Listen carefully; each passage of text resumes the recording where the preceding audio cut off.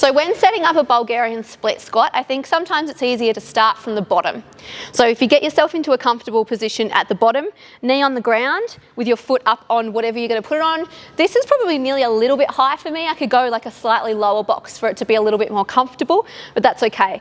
You want to be in the bottom position with your knee wherever you want to be emphasizing it in the movement. I'm going for about mid-foot for this lunge, so that's where I'm going to start. So from there I can push straight up, and then I'm coming back down into pretty much that same position at the start.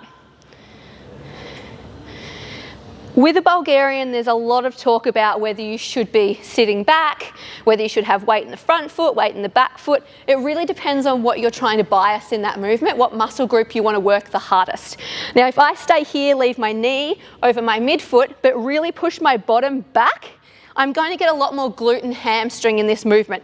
Also, 80% of my body weight is on this front leg. So for this, I'm getting a lot more hamstring and glute.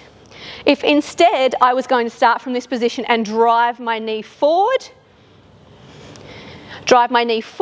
as much as I can and shift the weight forward a little bit more, I'm going to get a little bit more quad.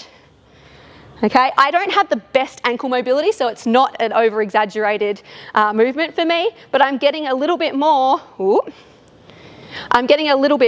into the quad when I drive that knee forward and leave my center of gravity forward a little bit. I can also bias the back leg quad if I want to sit back. If I want to sit back and put more weight into that back foot and drive up into that back leg, foot into the bench, I'm going to get a lot more activation through the front of the back leg as well.